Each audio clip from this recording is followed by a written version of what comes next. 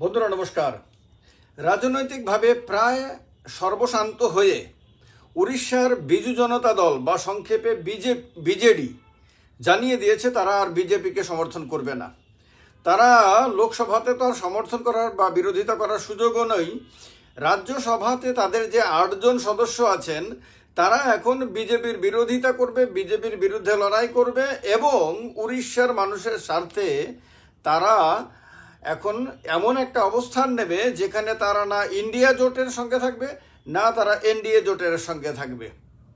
এখন কথা হলো, এই যে বিজু জনতা দল গত 10 বছর ধরে এই বিজু জনতা দল বিজেপির শরিক দল না হয়েও, ইন্ডিয়া অ্যালায়েন্সের পার্ট না হয়েও তারা প্রতিটি প্রয়োজনের সময়ে তারা বিজেপির পাশে দাঁড়িয়েছে, তারা এনডিএ গভর্নমেন্টের পাশে দাঁড়িয়েছে, তারা নরেন্দ্র মোদীকে খুব স্পর্শকাতর সময়গুলিতে তারা সহযোগিতা করেছে, সাহায্য করেছে।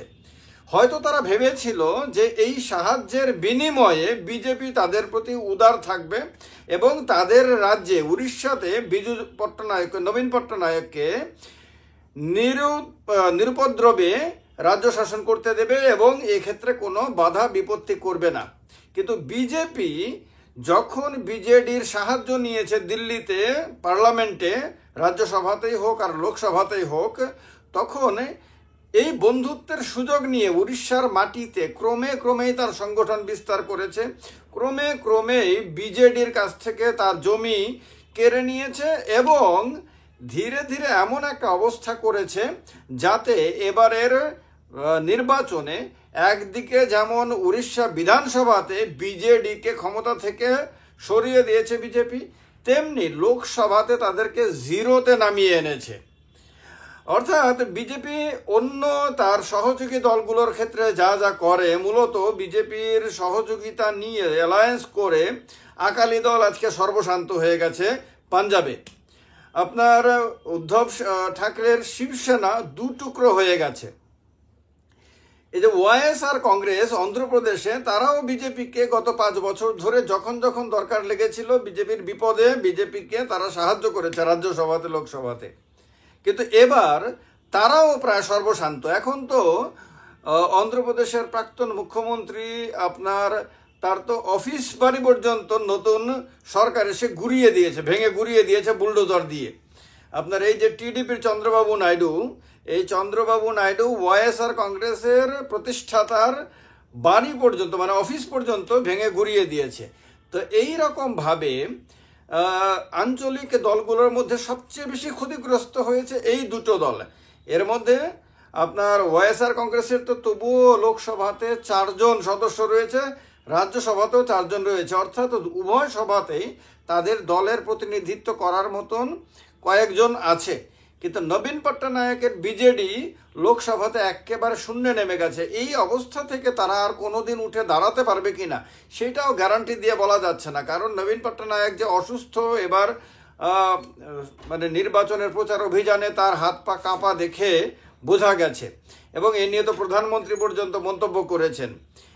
তার আবার দ্বিতীয় সারির কোনো লিডারশিপও উঠে আসেনি যে তার যে ঐতিহ্য, তার হাত থেকে যে নেতৃত্ব নিয়ে পার্টিটাকে ধরে রাখবে। তিনিও যথেষ্ট বয়স হয়েছে তার।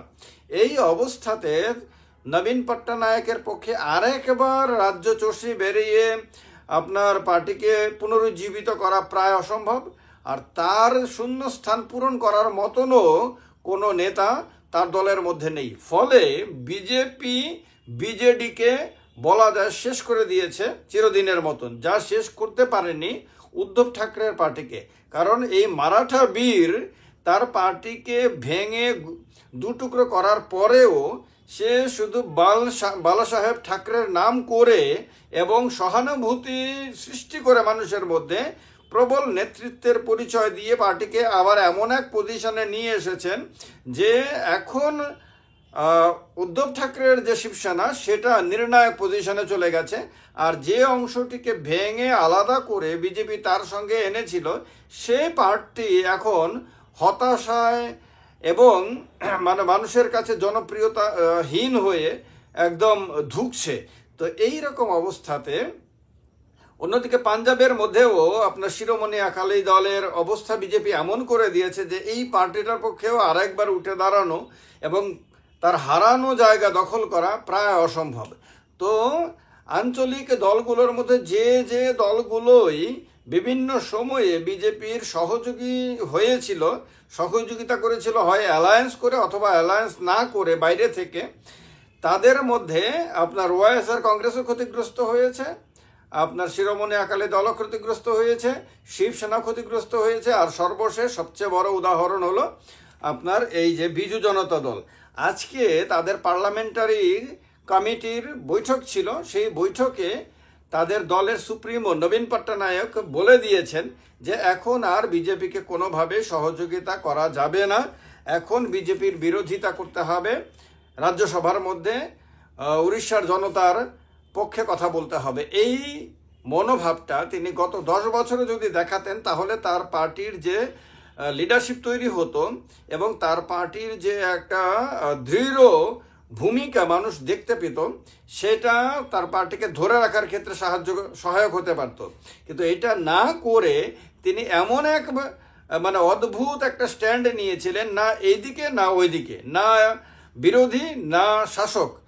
তো এতে আলটিমেটলি তিনি যে এত বড় ক্ষতিগ্রস্ত হলেন, তার এই পরিণতি দেখে এখন হয়তো অন্য রাজনৈতিক দল, ছোট ছোট রাজনৈতিক দল হয়তো খানিকটা হলেও শিক্ষা নিতে পারবে। যারা শিক্ষা নেবে তাদের হয়তো আগামী দিনে রাজনীতিক বা রাজনৈতিক ভূমিকা তাদের ভিন্ন হবে, যারা শিক্ষা নিতে না পারবে তারা ক্ষতিগ্রস্ত হবে। এখন কথা হলো, নবীন পট্টনায়কের পার্টির রাজ্যসভাতে 8 জন সদস্য আছেন। রাজ্যসভাতে বর্তমানে ইন্ডিয়া জোটের, কংগ্রেস নেতৃত্বাধীন ইন্ডিয়া জোটের কাছে 86 জন সদস্য রয়েছেন। এবার যদি বিজু জনতা দল তাতে যুক্ত হয় তাহলে সেই সংখ্যাটা বেড়ে 94 হবে। সঙ্গে যদি ওয়াইএসআর কংগ্রেস যুক্ত হয় তাহলে আরও 4 জন বেড়ে এটা 98-এ যাবে। আর বিএসপি মানে বহুজন সমাজবাদী পার্টি, এই পার্টিরও ভূমিকা না ঘরকা না ঘাটকা, এইরকম একটা অবস্থাতে। এই পার্টিও না এনডিএতে গেছে না ইন্ডিয়া জোটে গেছে। এই পার্টিটারও মানে অদ্ভুত এক রাজনৈতিক ভূমিকার কারণে পার্টিটাকে না বিরোধী দল হিসেবে মানুষ দেখতে পেয়েছে, না শাসক দল হিসেবে মানুষ দেখতে পেয়েছে।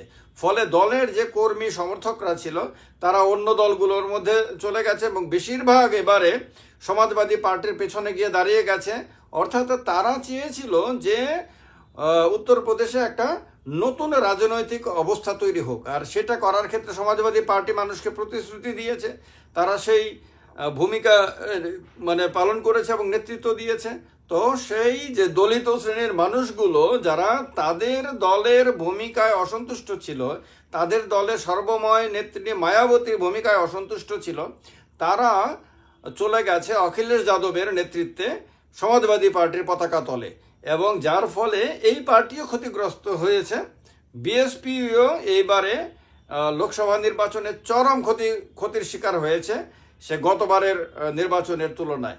বিধানসভাতেও সে ক্ষতিগ্রস্ত হয়েছে, লোকসভাতেও ক্ষতিগ্রস্ত হয়েছে, এবং এই অবস্থা থেকে বিএসপি আরেকবার মাথা তুলে দাঁড়াতে পারবে কিনা সেটাও কেউ নিশ্চিতভাবে বলতে পারছে না।